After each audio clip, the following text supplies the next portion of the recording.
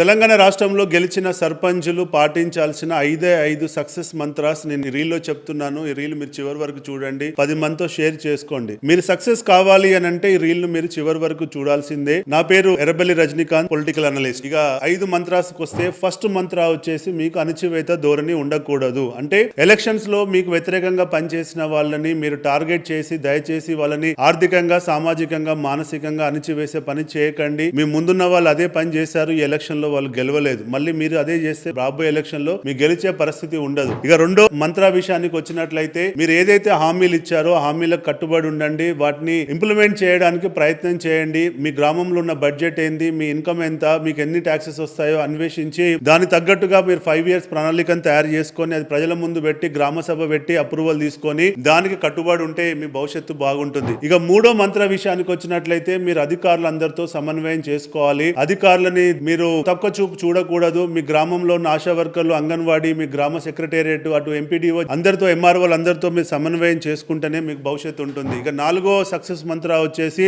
మీరు ఏ పార్టీ వాళ్ళైనా అక్కడ ఉన్న ఏ పార్టీ ఎమ్మెల్యే అయినా వాళ్ళతో సమన్వయం చేసుకోవాలి. ఎమ్మెల్యేతో సమన్వయం చేసుకోకుండా మీరు గనక ముందుకెళ్తే మీరు నష్టపోతారు. ఏ పార్టీ ఎమ్మెల్యే అయినా మీకు అవసరమే, అందరితో కలిసి పని చేసుకోవాలి. ఇక 5వ సక్సెస్ మంత్ర విషయానికి వచ్చేసి మీరు అప్పులు చేసి దయచేసి మీరు కాంట్రాక్ట్ పనులు చేయకండి, నష్టపోతారు. బిల్స్ వస్తాయా లేదా గ్యారంటీ లేదు. మీ ముందున్న వాళ్ళు అదే చేసి ఆర్థికంగా నష్టపోయారు, మీరు కూడా పోకండి. సో ఇదే అండి 5 సక్సెస్ మంత్రాస్. మీరు పాటిస్తారు అని నాకు తెలుసు. మీరు పాటించాలి. పాటించి నాకు కాల్ చేసి నాతో మాట్లాడండి. జై హింద్.